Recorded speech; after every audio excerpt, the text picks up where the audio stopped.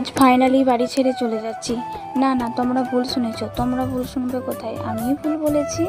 আজকে একটু বেরোবো, অনেক দিন হয়েছে কোথাও যাইনি, তাই মনটাও ভালো নেই, তাই ভাবলাম একটু ঘুরে আসি। বলতে পারো জানের সাথে আমার মনের মিল নেই।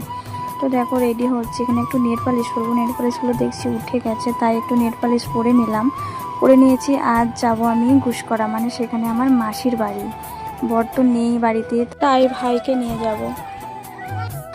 আর এখানে একটু ঢং করছিলাম, মানে চুলটা যে আমি কী করে বাঁধবো ঠিক বুঝতে পারছিলাম না, তাই পেঁচিয়ে টেঁচিয়ে নিয়ে একবারে মরকাচার উপরে আমি তুলে নিলাম। তুলে নিয়ে ওই যাই হোক একটু রেডি হয়েছি। এখানে একটা জলের বোতল নিয়েছি, জলের বোতল নিয়ে যাওয়ার পর তারপরে দেখছি ওষুধ নিই নি। ওষুধ ছাড়া আমি একদমই চলতে পারি না। আমার উপরটা যেটা দেখছো না, শুধু ওষুধের মধ্যেই আমার দেহটা চলে। আমাকে চিনতে পারছো তো? ওড়না টোন্না বেঁধে নিয়েছি। তারপরে বাড়িতে চাবি দিয়ে দিচ্ছি, কারণ নেই শাশুড়ি মা, যাবো শাশুড়ি মার সাথে দেখা করতে। এখানে শাশুড়ি মা ওই তো আসছে, এখানে প্রণাম টনাম করে নিয়ে চলে গেলাম। আর ভাই দিতে যাচ্ছে আমাদেরকে, কারণ বেটা আর আমি যাবো। আর বেটাকে তো আমরা স্কুলের মধ্যে নিলাম, কারণ সে তো স্কুলে গিয়েছিল। ভাই তো দিয়েই চলে আসবে, আমরা যেতে থাকি। তো টাটা, বাই বাই।